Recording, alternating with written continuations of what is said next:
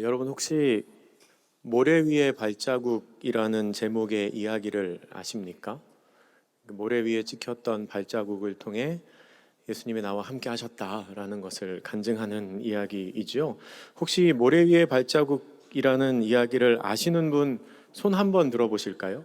손 높이 한번. 누가 손 드셨는지 한번 옆에 보시겠어요?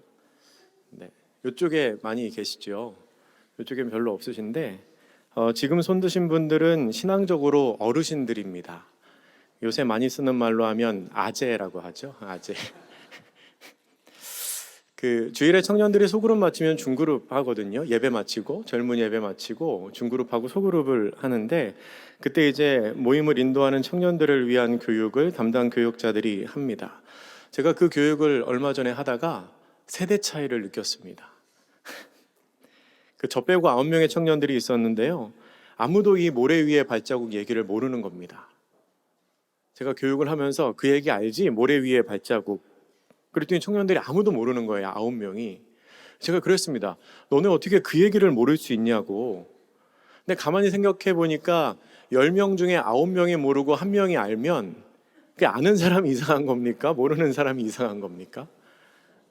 제가 그때 깨달았습니다. 내가 아재가 되었구나. 그 억울함을 저만 느끼기 싫어서 이 시간에 한번 확인해 봤습니다. 많은 믿음의 어르신들이 계셔서 참 위로가 됩니다. 그 모래 위의 발자국이라는 이야기는 어디에나 함께 하시는, 그리고 어디에나 함께 하셨던 하나님에 대한 믿음의 고백입니다. 이런 얘기죠. 어떤 사람이 자신의 살아온 인생길을 돌아보는데 늘 자신의 발자국 옆에 또 다른 발자국이 하나가 있었습니다. 그래서 예수님께 물었습니다. 예수님, 이건 누구 발자국인가요? 그랬더니 예수님이 대답하십니다. 그거는 내 발자국이다. 내가 너와 함께 걸은 내 발자국이다. 그렇게 이야기하십니다. 그 예수님의 말씀을 듣고 이 사람 참 큰 위로를 받았습니다. 내가 혼자 길을 걷고 있는 줄 알았는데 예수님 늘 나와 함께 하고 계셨구나. 근데 그 사람이 자기의 인생길의 발자국을 쭉 보는데 갑자기 막 실망스럽고 마음속에 화가 나는 겁니다. 왜 그랬냐면 자기가 제일 힘든 순간이 있었는데 그 힘든 순간에는 발자국이 하나밖에 없는 겁니다. 그래서 예수님께 따지듯이 물었습니다. 예수님, 평소에는 저와 함께 계시다가 왜 제가 가장 힘들 그때에는 제 곁에 계시지 않으셨습니까? 왜 발자국이 하나밖에 없는 겁니까? 라고 물어보자 그때 예수님이 뭐라고 말씀하셨죠? 그때는 내가 너를 업고 걸었다. 보통 30대 이상은 이 타이밍에 이제 은혜를 받으시는데 20대는 막 웃더라고요. 업고 걸으셨대 막 이러면서. 그래서 내가 뭐 잘못했나? 막 그런 생각을 했는데 아무튼 그런 감동적인 이야기입니다. 이 얘기는 하나님께서 언제나 우리와 함께 계시는 분임을 알려주십니다. 그런데 오늘 본문을 기록한 다윗도 이와 같이 언제나 나와 함께 하시는 하나님에 대해서 고백을 하고 있습니다. 오늘 본문인 시편 139편은 다윗의 시입니다. 총 24절까지 이어지는 이 시에서 다윗은 앞부분에서는 전지전능하시고 어디에나 계시는 하나님을 찬양하고 있습니다. 그리고 뒷부분으로 갈수록 하나님 앞에 개인적인 탄원을 올려드리는 것으로 이 시편이 구성되어 있습니다. 본문 1절에서 6절까지의 말씀은 어디에나 계시며 모든 것을 알고 계시는 하나님에 대해서 묘사를 합니다. 1절 말씀 이렇게 기록하는데요. 우리 같이 한번 읽어보겠습니다. 1절입니다. 시작. 여호와여, 주께서 나를 살펴보셨으므로 나를 아시나이다. 아멘. 이 말씀에서 나를 살펴보셨으므로 라는 이 표현은 무언가를 발견하기 위해서 깊이 파헤치고 의도적으로 집중해서 자세히 살펴보는 행위를 말하는 것입니다. 그러니까 그냥 대충 보는 게 아니고요. 목적을 가지고 집중해서 보는 겁니다. 하나님께서 우리를 그렇게 보고 계시다는 겁니다. 그냥 대충, 그냥 쓱 지나가는 눈으로 살펴보시는 게 아니고 집중해서 자세히 내 삶을 보고 계시다는 겁니다. 어떻게 자세히 보고 계신지를 본문 2절에서 4절이 이렇게 기록합니다. 우리 2절에서 4절까지 말씀 같이 읽겠습니다. 시작. 주께서 내가 앉고 일어섬을 아시고 내가 눕는 것을 살펴보셨으므로 나의 모든 행위를 익히 아시오니 여호와여 내 혀의 말을 알지 못하시는 것이 하나도 없으시니이다. 아멘. 먼저 하나님은 나의 행동을 보십니다. 나의 앉고 일어섬을 아신다라고 고백하지요. 그리고 나의 생각을 아십니다. 멀리에서도 나의 생각을 밝히 알고 계십니다. 그리고 나의 상황을 보고 계십니다. 나의 길을 아십니다. 내가 걸어가는 그 길을 보고 계십니다. 그리고 내가 하고 있는 말을 알고 계십니다. 주께서 내 혀에 있는 말을 알지 못하시는 것이 하나도 없으시니이다 라고 고백합니다. 그러니까 하나님께서 나의 행동을 아시고 나의 생각을 아시고 내가 걸어가는 모든 상황을 아시고 내가 하는 말까지도 다 알고 계시다는 겁니다. 그렇게 하나님께서는 나의 모든 것을 알고 계신 나의 주님이십니다. 그리고 5절에서는 그 하나님이 나를 빈틈없이 감싸고 지키신다고 고백합니다. 이렇게 고백하지요. 주께서 나의 앞뒤를 둘러싸시고 내게 안수하셨나이다. 아멘. 이 앞뒤를 둘러싸셨다는 것은 단순히 앞과 뒤를 막고 계시다는 뜻이 아닙니다. 하나님께서 시인의 모든 부분을 다 둘러싸고 계시다는 뜻입니다. 하나님께서는 우리의 머리카락까지도, 그러니까 우리의 온몸 중에서 아주 작은 빈틈이 없을 정도로 아주 작은 부위까지도 철저하게 또한 완전하게 지키고 계시다는 것입니다. 그런 하나님에 대해서 시편 기자는 6절에서 이렇게 고백합니다. 우리 6절 같이 읽겠습니다. 시작. 이 지식이 내게 너무 기이하니 높아서 내가 능히 미치지 못하나이다. 아멘. 이 기이하다는 것은 경이롭다, 그리고 불가사의하다라는 뜻을 가지고 있습니다. 도저히 사람의 지식으로는 깨달을 수 없는, 인간의 이해를 뛰어넘는 놀라운 것이 하나님께 있으시다는 의미입니다. 시편 기자는 이렇게 고백하는 겁니다. 내가 하나님을 다 이해할 수 없습니다. 내 지식이 하나님에 미칠 수가 없습니다. 라고 고백하며 그 놀라우신 하나님의 경이로움을 감탄하고 찬양하고 있는 것입니다. 또한 이것은 상대적으로 하나님 앞에서 사람이 얼마나 무지한 존재인지를, 하나님 앞에서 사람이 얼마나 보잘것없는 피조물인지를 고백하고 있는 고백입니다. 인간인 나로서는 다 이해할 수 없음을 인정하고 그저 겸손한 자세로 모든 것을 아시는, 나의 모든 것까지 다 알고 계시는 그 하나님을 따라가겠다고 고백하고 있는 것입니다. 여러분, 그렇게 하나님은 우리의 모든 것을 다 알고 계신 분이십니다. 그리고 그 하나님은 지식적으로만 무한하신 것이 아니라 그 능력에도 한이 없으신 분이십니다.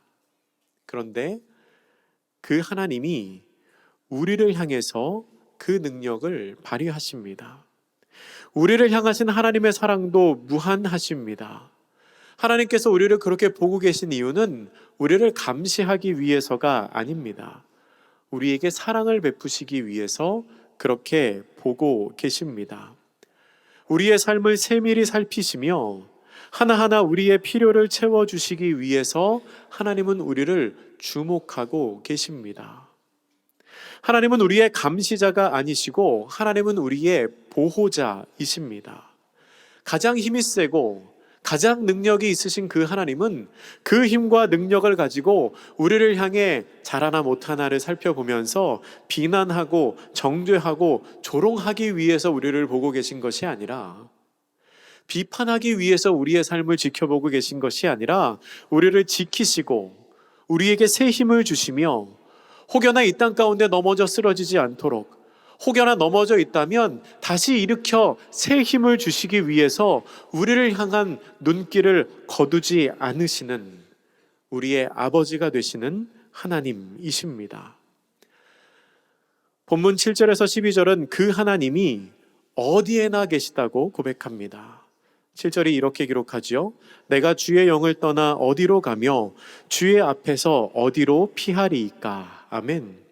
이것은 시편 기자가 정말 하나님 앞에서 도망가고 싶다고 말하는 게 아닙니다. 내가 정말 떠나거나 피하고 싶다는 게 아니라 내가 어디를 가도 주님이 계시지 않는다는 것을 반어법적으로 고백하고 있는 겁니다. 주님은 어디에나 계십니다. 어디에나 계신 주님을 이렇게 고백합니다. 우리 8절부터 10절까지 말씀 같이 읽겠습니다. 시작. 내가 하늘에 올라갈지라도 거기 계시며 스올에 내 자리를 펼지라도 거기 계시니이다. 내가 새벽 날개를 치며 바다 끝에 가서 거주할지라도 거기서도 주의 손이 나를 인도하시며 주의 오른손이 나를 붙드시리이다. 아멘. 내가 하늘에 올라가도 하나님이 계시고 내가 음부에 내려가도 하나님이 계십니다. 어떤 상황, 어떤 장소에 가도 하나님이 이미 그곳에 계십니다. 본문에 나오는 새벽 날개를 치다라는 것은 일종의 시적인 표현입니다. 동이 틀 때 이 바다 위로 해가 떠오를 때를 상상하시면 좋을 것 같습니다. 동이 틀 때 수평선 위로 모습을 드러낸 태양 주변에 그 순식간에 빨개지는 것 여러분 혹시 보셨습니까?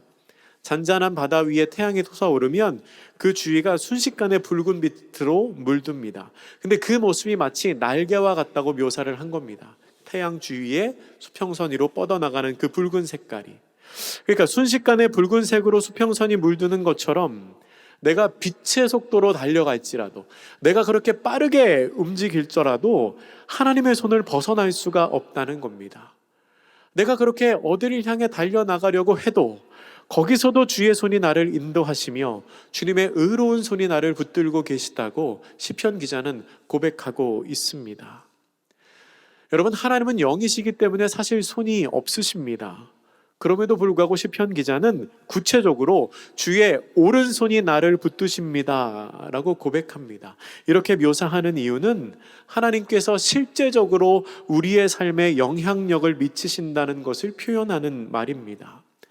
하나님은 우리에게 위로와 평안도 주십니다. 마음의 기쁨도 주시죠. 그렇게 드러나지 않게도 역사하시지만 그것으로 그치는 분이 아니십니다.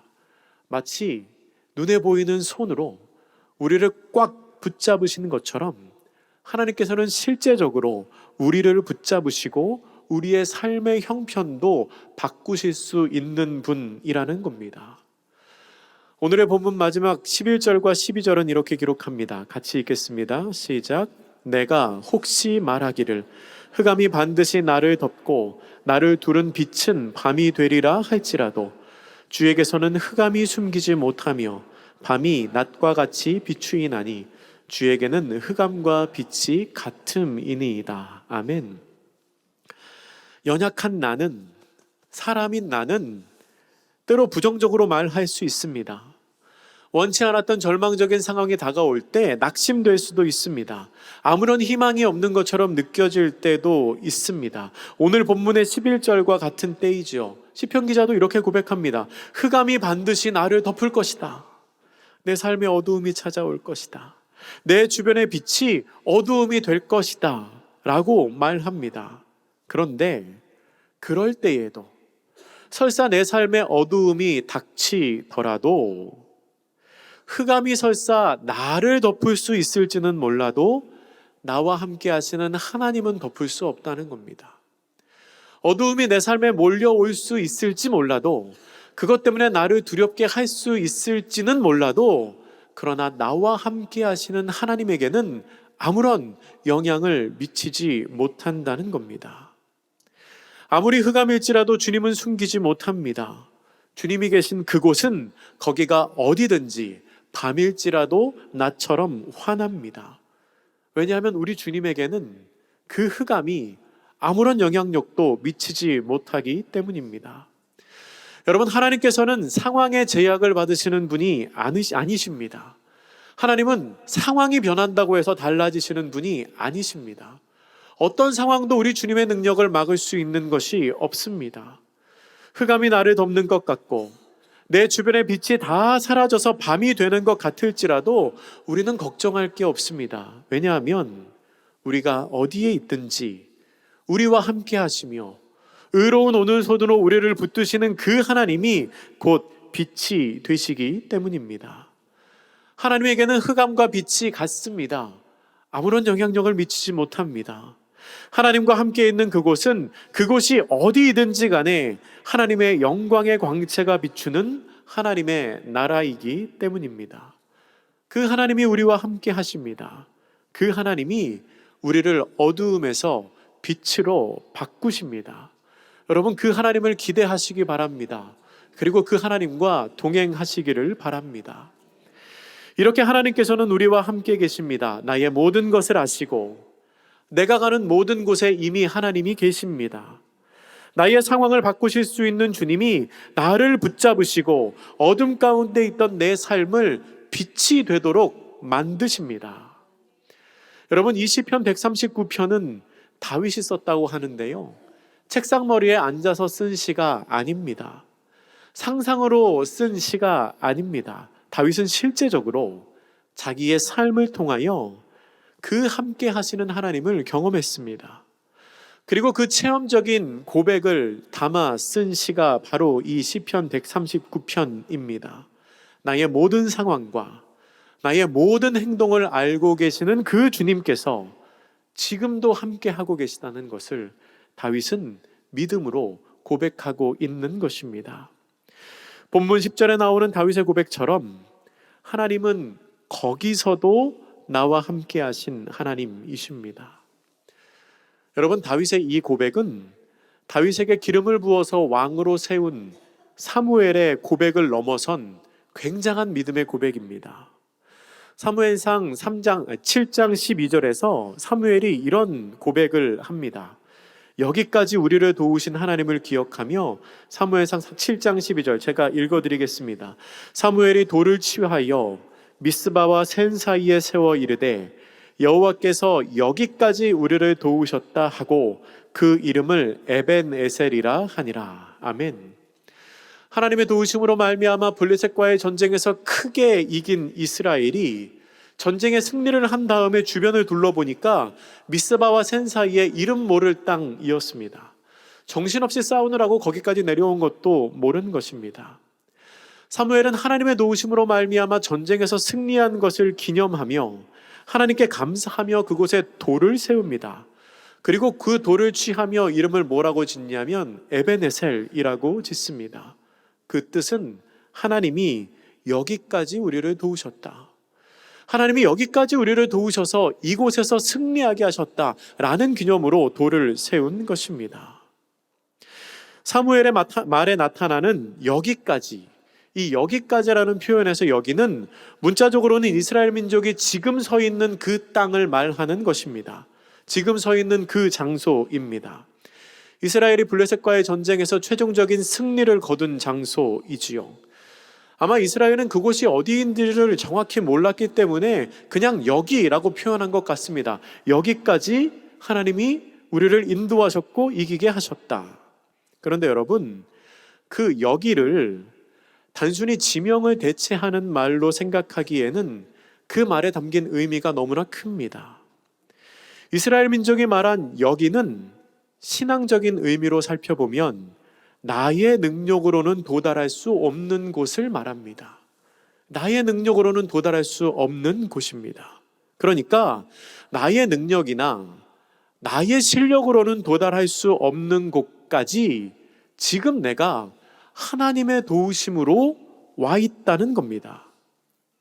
하나님께서 나를 붙드셔서 사실은 저기에서도 이길까 말까 한 이스라엘인데, 저기에서도 내가 버틸까 말까 한 이스라엘인데, 그 이스라엘을 붙들고 인도하시고 끌고 오셔서 결국에는 여기까지 인도하셨다는 겁니다.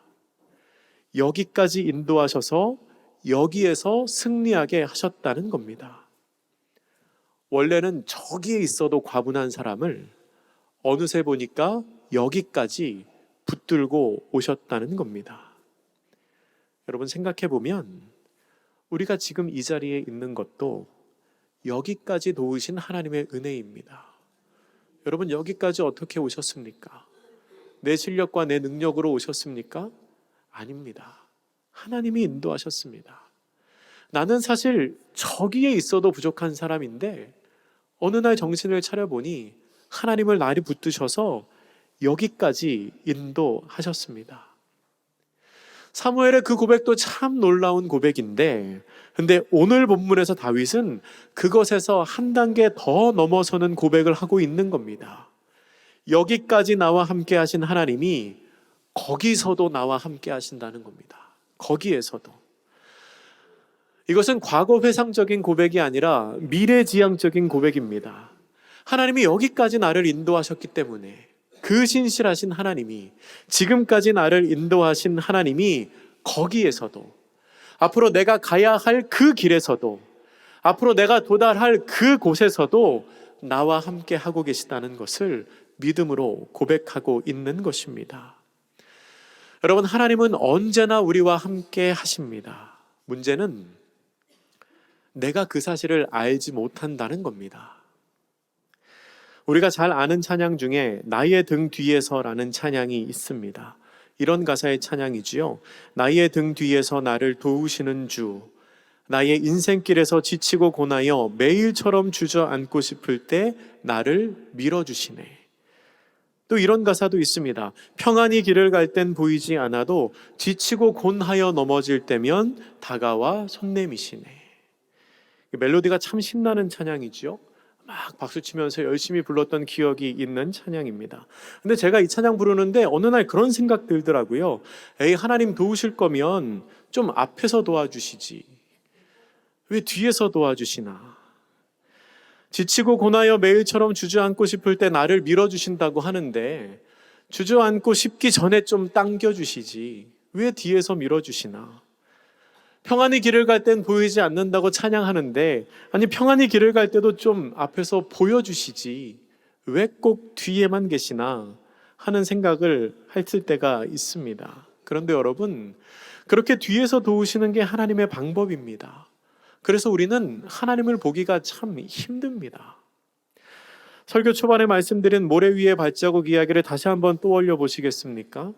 언젠가 이 이야기의 다른 결론을 들은 적이 있습니다. 어떤 분이 이 이야기를 들어서 알고 있었습니다. 들어서 알고 있던 성도님이 굉장히 어려운 시절을 겪을 때 꿈에서 그것과 똑같은 경험을 했습니다. 꿈에서 이 모래 위의 발자국과 똑같은 상황을 경험을 한 겁니다. 예수님의 음성을 들었습니다. 내가 너와 함께 있었다. 그때 내가 업고 걸었다. 그거를 똑같이 경험을 했습니다. 근데 그러면 이 성도님의 반응이 어때야 될까요? 이 성도님의 반응이 어때야 할 것 같습니까? 여러분? 아, 그렇게 어려운 순간에도 하나님 저와 함께 하셨군요. 감사합니다. 해야 되잖아요. 그렇게 할 것 같잖아요. 근데 이분은 똑같은 경험을 했는데 막 화가 나고 부끄러웠다고 합니다. 너무 화가 나고 부끄러웠대요. 그러면서 이런 얘기를 하시더라고요. 야, 내가 몰랐구나. 예수님이 나를 업고 가시는데도 내가 몰랐구나. 어떻게 그걸 모를 수 있을까? 내가 나와 함께 하시는 하나님을 알지도 못하면서 원망했고, 그 하나님을 알지도 못하면서 참 교만하게 신앙생활을 했구나 라고 고백하는 이야기를 들은 적이 있습니다.